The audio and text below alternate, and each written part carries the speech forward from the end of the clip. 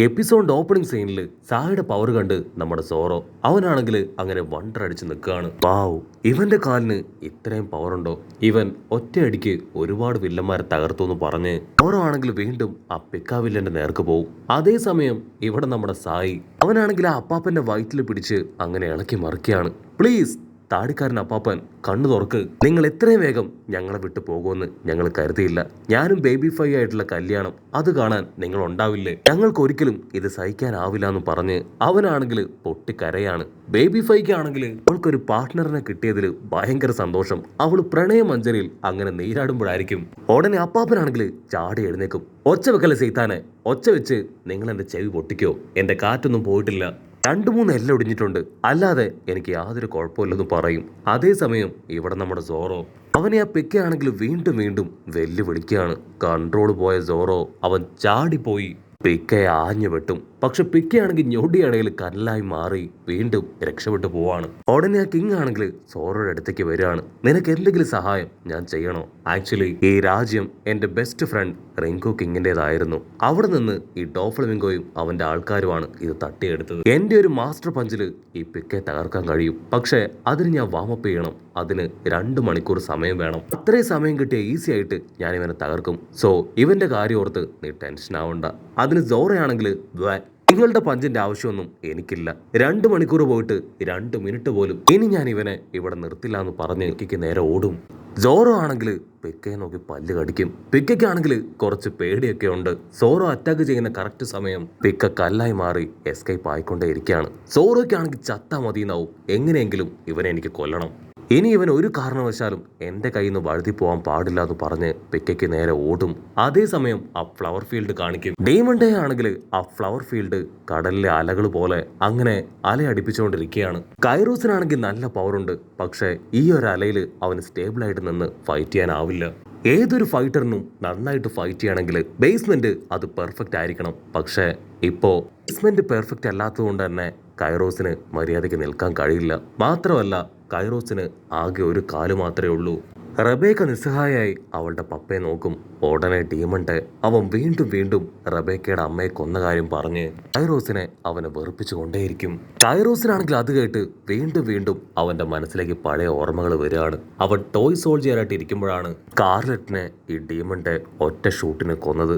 അവൻ ആ കാര്യങ്ങളെല്ലാം ഓർത്ത് ഇപ്പൊ അവന്റെ വെറുപ്പ് ഇരട്ടിയാക്കും. അവന്റെ വെറുപ്പും ദേഷ്യമൊക്കെ കൂടുന്നത് കാണുമ്പോൾ ഇവിടെ ഡീമണ്ടേക്കാണെങ്കിൽ ഭയങ്കര ആവേശം. കൈറോസിനാണെങ്കിൽ കൺട്രോൾ പോയി അവന്റെ സ്ക്വാഡ് എടുത്ത് അങ്ങനെ ആഞ്ഞു വെട്ടുകയാണ്. പക്ഷെ ഡീമണ്ടേ വില്ലൻ അവന്റെ ഷീൽഡ് ഉപയോഗിച്ച് സിമ്പിളായിട്ട് ആ ഒരു അറ്റാക്ക് തടയാണ്.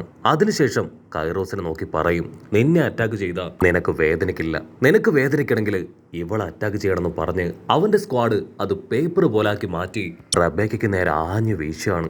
അവളാണെങ്കിൽ ഒരു സെക്കൻഡ് അങ്ങനെ ഫ്രീസ് ആയി പോവും. പക്ഷെ ഞൊടിയിടയിൽ കൈറോസ് അവൻ പറന്നു വന്ന് ആ ഒരു സ്ക്വാഡിനെ അങ്ങനെ പ്രിവെന്റ് ചെയ്യാണ്. അതിനുശേഷം വീണ്ടും ഡീമണ്ടേ ആയിട്ട് പൊരിഞ്ഞ അട്ടിയിടി ബഹളം. അപ്പൊ റബേക്ക, ഡാഡി എന്നെ കൂടെ ഇനി ഇത് നോക്കി നിൽക്കാനാവില്ല, ഞാനും നിങ്ങളുടെ കൂടെ ഫൈറ്റ് ചെയ്യട്ടെ.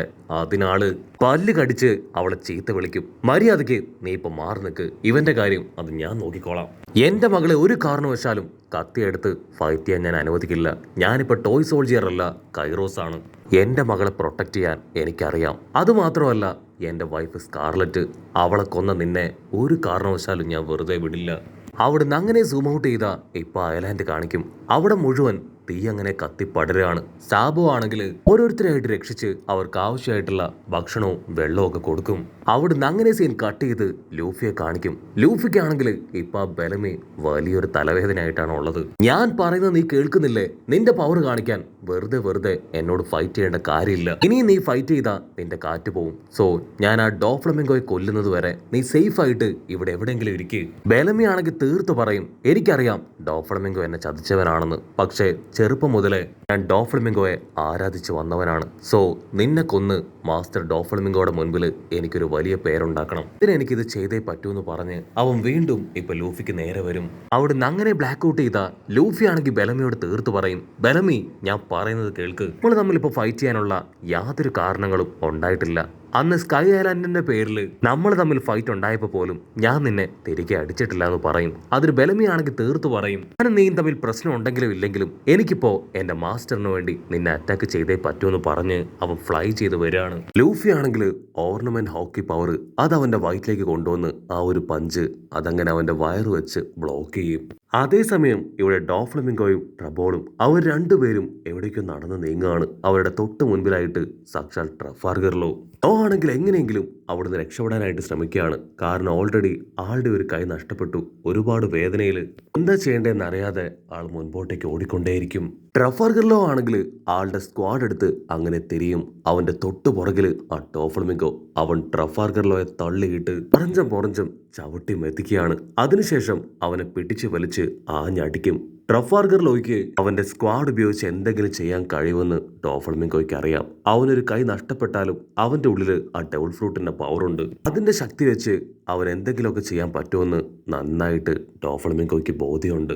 ഡോഫ്ലമിംഗോ ആണെങ്കിൽ ട്രഫാർഗർലോയെ നോക്കി ചിരിക്കും. നിന്നെ ഞാൻ അത്ര പെട്ടെന്ന് കൊന്നു തള്ളില്ല. എനിക്ക് നിന്നെ ഇഞ്ചിഞ്ചായിട്ട് കൊല്ലണം. നിന്നെ വെച്ച് എനിക്ക് ചില കാര്യങ്ങൾ ചെയ്യാനുണ്ടെന്ന് അവന്റെ മുഖത്ത് നോക്കി പറയും. അതിന് ലോയാണെങ്കിൽ ദേഷ്യപ്പെട്ട് പല്ല് കടിക്കും. ഡോഫ്ലമിംഗോ ആണെങ്കിൽ അവനെ മുകളിലേക്ക് വലിച്ചെറിഞ്ഞ് ഫുട്ബോൾ തട്ടും പോലെ കാല് വെച്ച് തട്ടിക്കൊണ്ടേയിരിക്കും. അതിനുശേഷം ട്രബോൾ ആണെങ്കിൽ ലോയെ പിടിച്ച് വലിച്ച് താഴേക്ക് ഇടുകയാണ്. ലോ ദേഷ്യപ്പെട്ട് പറയും, എനിക്ക് ഒന്നല്ല 2 കൈ നഷ്ടപ്പെട്ടാലും നിങ്ങളെ തകർക്കാതെ ഞാൻ പോവില്ല എന്ന് പറയും. ഡോഫ്ലമിംഗോ ആണെങ്കിൽ വീണ്ടും ലോയുടെ അടുത്തേക്ക് നടന്നെടുക്കും. ഇത്തവണല്ലോ ഡോഫ്ലമിംഗോയുടെ കാല് ചവിട്ടി പിടിച്ച് അവന്റെ ഷോക്ക് വേവ്സ് പവർ അത് ഡോഫ്ലമിംഗോയുടെ ബോഡിയിൽ ഉപയോഗിക്കുകയാണ്. പക്ഷെ ഡോഫ്ലമിംഗോയ്ക്കാണെങ്കിൽ അപ്പോഴും ഒരു പോറൽ പോലും ഏൽക്കില്ല.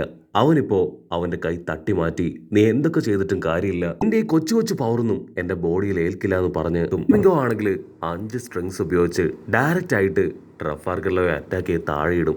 എന്തുപറ്റി? എന്റെ ക്രൈം പാർട്ട്ണർ ലൂഫി അവൻ ഇതുവരെ നിന്നെ രക്ഷിക്കാനായിട്ട് ഇവിടേക്ക് വന്നില്ല അല്ലേ? നിന്നെ രക്ഷിക്കാൻ ആരും ഇവിടേക്ക് വരില്ല. നിന്നെ രക്ഷിക്കാൻ പോകുന്നത് ഞാനാണ്. എന്നേക്കുമായിട്ട് നിന്നെ ഞാൻ രക്ഷിക്കും. എന്റെ ബ്രദറിനെ അവനെ പറഞ്ഞു വിട്ടടുത്തേക്ക് നിന്നെ ഞാൻ പറഞ്ഞു വിടുമെന്ന് പറഞ്ഞ് ഇപ്പോ ട്രബോൾ ആണെങ്കിൽ എന്റെ സ്റ്റിക്ക് വെച്ച് ലോയെ ഉയർത്തിയെടുക്കും.